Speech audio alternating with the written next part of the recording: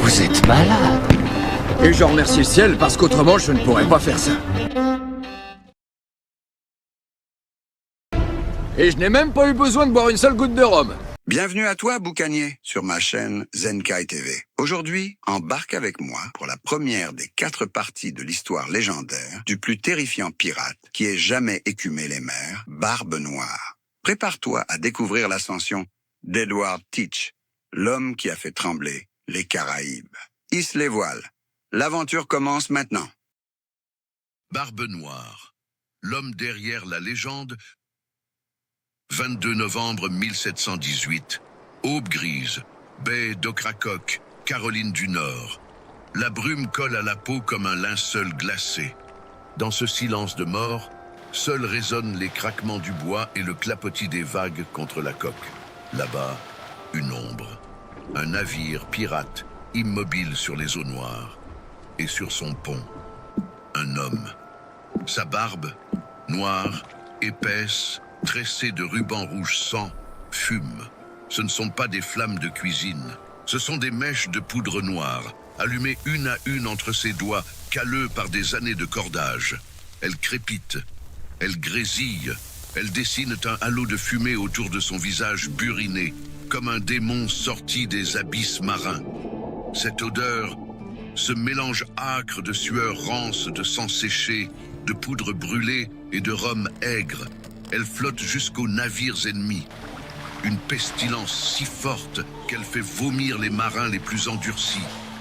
Ils disent qu'on le sent avant même de le voir.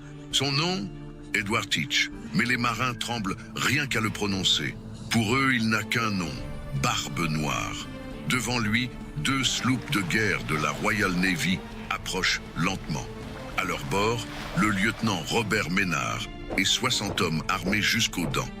Mission, tuer ou capturer. Pas de quartier, pas de grâce.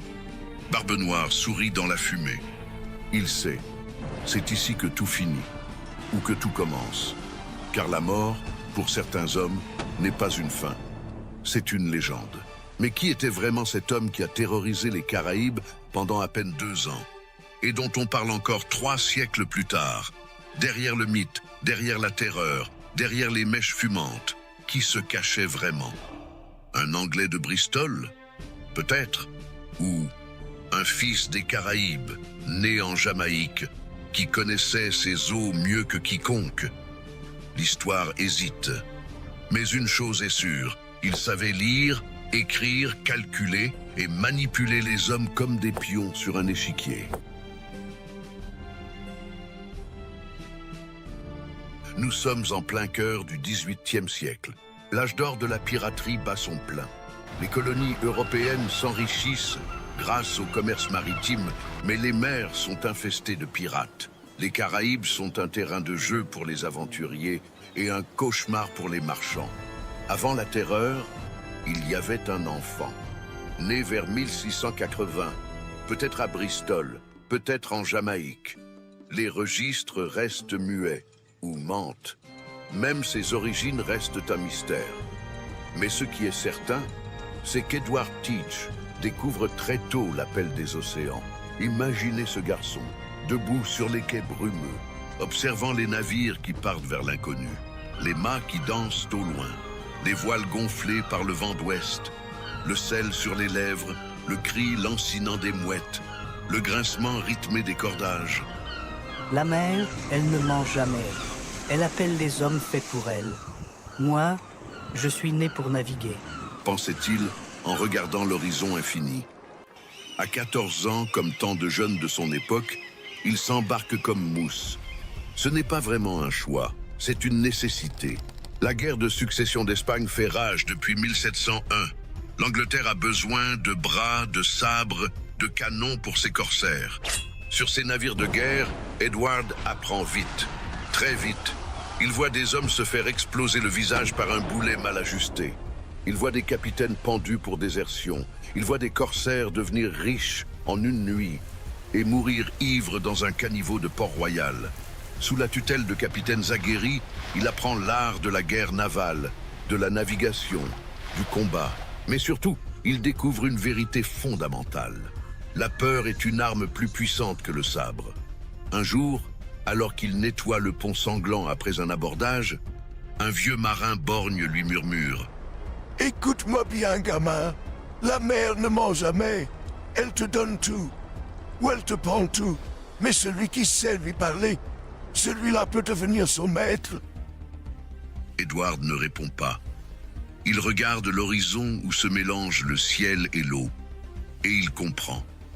Il ne veut pas servir, il veut commander. Ce qui distingue déjà Edward de ses compagnons, c'est son instruction. Contrairement à la plupart des marins de son époque, souvent illettrés, Edward sait lire et écrire. Une compétence rare qui suggère des origines plus aisées que la moyenne. Peut-être vient-il d'une famille respectable de Bristol qui a préféré l'envoyer en mer plutôt que de voir leur nom associé à un fils indiscipliné. Certains historiens pensent qu'Edward a grandi dans les ruelles de Port-Royal, bercé par le créole anglais des quais, les chants des esclaves africains et les récits de flibustiers français. S'il est né en Jamaïque, il n'était pas seulement un marin, il était un enfant des Caraïbes, un métis culturel, à l'aise dans tous les ports, parlant plusieurs langues de la mer. Cette éducation fera de lui bien plus qu'un simple pirate.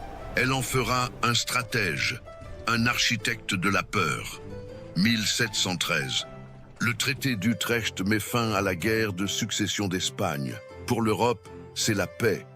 Pour des milliers de marins aguerris comme Edward Teach, c'est une catastrophe économique. Plus de guerre est égale à plus de salaire légal et plus de butin autorisé. Plus de raison de vivre pour ces hommes qui ne connaissent que la mer. Alors, que fait-on quand on sait manier un sabre, charger un canon, naviguer à l'instinct, et qu'on n'a plus de guerre légale à mener? On devient pirate.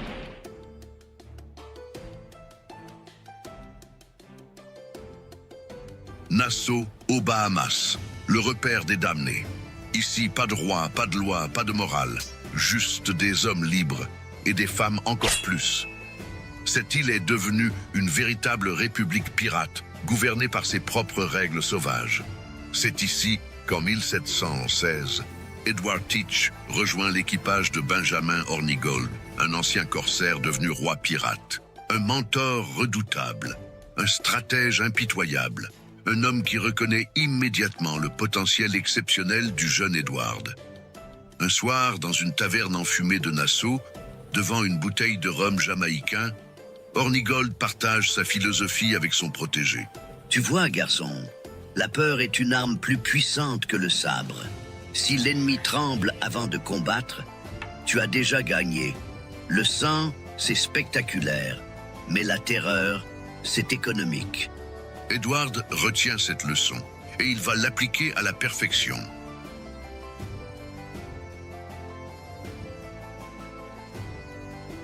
Novembre 1717. Au large de Saint-Vincent, Hornigold et son protégé Edward Teach repèrent une proie exceptionnelle. La Concorde de Saint-Malo, un navire négrier français armé par René Montaudoin, parti d'Afrique avec 516 esclaves à bord. 14 à 18 canons, pas 40 comme le racontent les légendes. Un équipage de 75 hommes, une coque renforcée pour résister aux tempêtes atlantiques.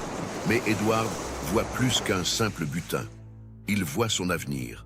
L'abordage est rapide, brutal, efficace. Les Français se rendent après une résistance symbolique. Édouard libère les esclaves enchaînés dans la cale. Certains rejoindront même son équipage. Il fait débarquer l'équipage français à Béquia, dans les Grenadines. Les Français construisent un petit bateau, qu'ils baptisent « Mauvaise rencontre », et regagnent la Martinique quelques semaines plus tard. Teach transforme la Concorde. Les charpentiers de Nassau ajoutent des sabords. Les canons français sont remplacés par des pièces d'artillerie anglaises plus puissantes. La coque noire reçoit des ornements d'or volés dans les églises espagnoles. Et Edward lui donne un nom qui fera trembler les océans. Queen Anne's Revenge, en l'honneur de la reine Anne d'Angleterre, morte 3 ans plus tôt. Un nom ironique, car ce navire sera bientôt l'ennemi de tous les empires.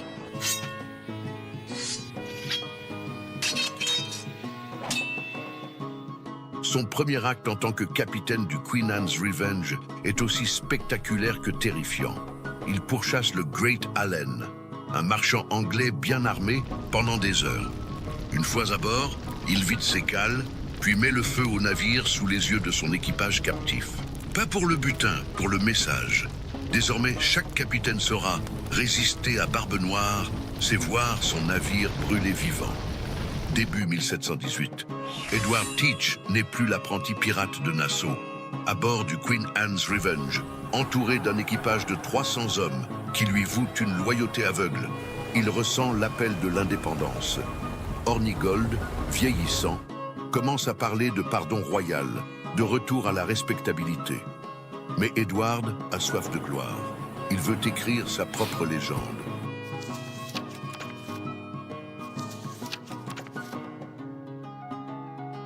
La rupture se fait un matin brumeux de février 1718.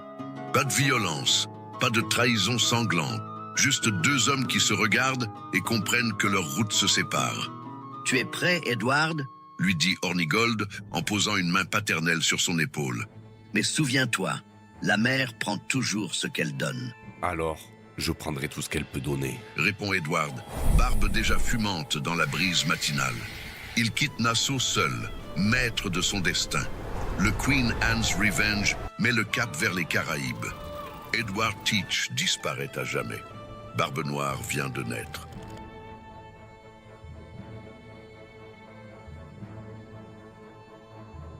Mars 1718. Au large de la Barbade, le Queen Anne's Revenge croise la route d'un navire pirate aux allures étranges. Pas de pavillon noir terrifiant, pas d'équipage de coupe-gorge, juste un sloop élégant, presque bourgeois, commandé par un homme en habit de gentleman. Stede Bonnet, le gentleman pirate, un planteur barbadien fortuné qui a tout quitté, femme, enfants, plantation prospère, pour vivre l'aventure pirate. Un homme cultivé, raffiné et totalement incompétent. La première rencontre est cocasse.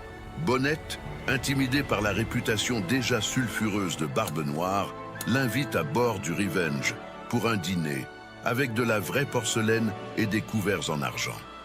Barbe Noire découvre un personnage fascinant, un pirate qui lit Virgile entre deux abordages, qui fait servir le thé à ses prisonniers, qui s'excuse presque de les dévaliser. Vous savez, confie Bonnet en sirotant son Bordeaux, J'ai toujours rêvé d'une vie d'aventure, mais je ne pensais pas que ce serait si salissant. Barbe Noire éclate de rire. Ce gentleman déplacé l'amuse. Et surtout, son navire bien armé et sa fortune personnelle l'intéressent. Il propose une alliance temporaire. Bonnet, ébloui par la prestance de Barbe Noire, accepte immédiatement. Il cède même le commandement de son propre navire, se contentant du rôle de passager invité sur sa propre embarcation. Cette association improbable durera plusieurs mois. Le gentleman et le démon, le raffiné et le sauvage. Ensemble, ils terrorisent les côtes des Carolines, alliant la respectabilité de Bonnet à la terreur de Barbe Noire. Mais pour Edward, cette alliance n'est qu'un outil, un moyen d'accroître sa flotte sans risquer ses hommes. Car il prépare déjà son coup d'éclat, le blocus de Charleston.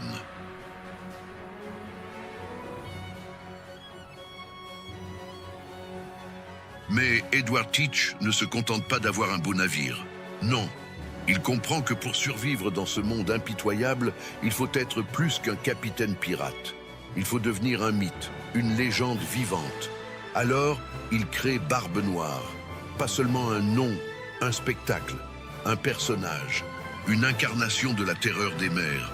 D'abord, son physique, 1,90 m, une taille impressionnante pour l'époque. Un corps massif, taillé par des années de dur labeur en mer. Des mains comme des battoirs, des bras couverts de cicatrices, un regard de braise qui traverse les âmes, mais surtout, cette barbe, noire comme la nuit, épaisse, tressée de rubans colorés de rouge. Et voici son trait de génie absolu. Il y glisse des mèches de poudre qu'il allume avant chaque combat. La fumée monte lentement autour de son visage, créant un halo spectral et démoniaque. Imaginez la scène. Vous êtes un marin sur un navire marchand paisible. Soudain, un vaisseau pirate surgit de la brume. Et sur son pont, une silhouette massive enveloppée de fumée grise. Ses yeux brillent à travers le voile comme des braises d'enfer. Sa voix, déformée par la fumée, résonne comme un grondement venu des abysses.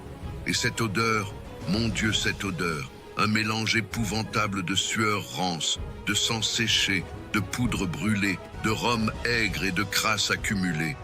Barbe Noire ne se lave jamais, pas par négligence, par stratégie.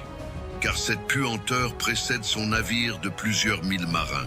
Elle brise le moral des équipages ennemis, avant même qu'ils ne voient son pavillon noir. Son pavillon, justement. Il fait flotter un drapeau terrifiant, un diable tenant dans une main une lance qui transperce un cœur, et dans l'autre, un sablier. Le message est clair. Votre temps est compté, rendez-vous ou mourrez. Ces tactiques d'abordage deviennent légendaires. Barbe Noire n'attaque pas, il apparaît. Comme un fantôme sortant de la brume, enveloppé de fumée, puant la mort et l'enfer. La plupart de ses victimes se rendent sans même combattre. Pourquoi risquer sa vie contre un démon? Aucun témoignage de l'époque n'atteste qu'il ait jamais tué ou même blessé un prisonnier. Pas un seul. Sa terreur était purement psychologique. Il n'avait pas besoin de sang, juste de fumée. Et voici le génie d'Edward Teach. Cette terreur calculée lui permet d'économiser munitions, vies et temps. Pas besoin de détruire un navire si l'équipage se rend. Pas besoin de massacrer si la peur suffit. À son apogée, sa flotte compte 4 navires. Le Queen Anne's Revenge, le Revenge, un brigantin rapide et un sloop de guerre. Plus de 300 hommes sous ses ordres. Une petite armée flottante. Son territoire s'étend rapidement. De la Virginie aux Caraïbes, des côtes de Caroline aux Bahamas.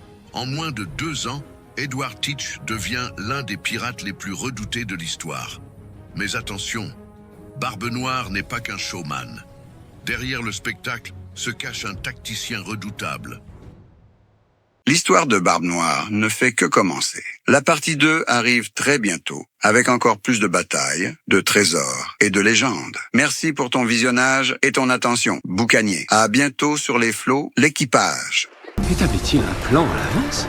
Ou improvise-t-il au fur et à mesure? Et je n'ai même pas eu besoin de boire une seule goutte de rhum.